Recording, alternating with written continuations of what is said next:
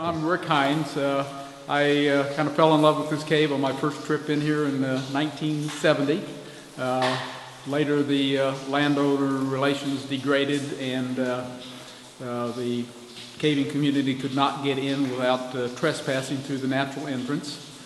I worked for a number of years trying to find a backdoor entrance, a second entrance. 12 miles of passage, I assumed there had to be one, but unfortunately it didn't work out after lots of looking.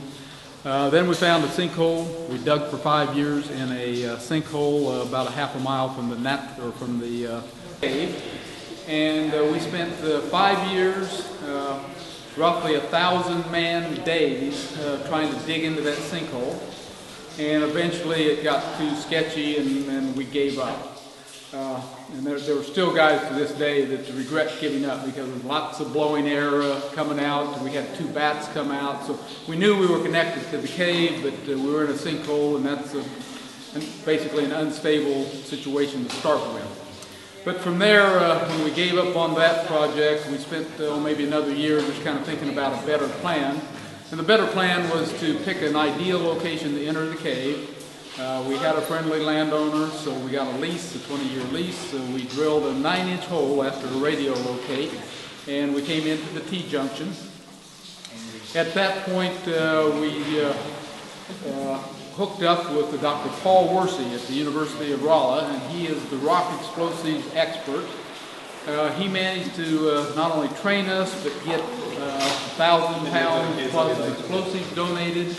Blasting caps, detonators, and all the good stuff. Trained us, sent us off to some of his schools, and in about 9 months we went through 62 blasts and reached the ceiling of Carroll Cave, or at least with the blasting we got within 4 feet.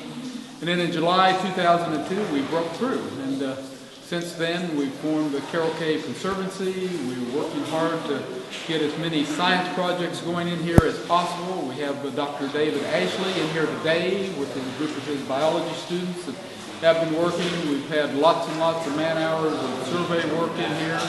We're now up to 20 miles of passage, and now we got an opportunity to show it off to the NSS, so we couldn't be happier. We had probably 50 people in here yesterday, and I bet we break that number today.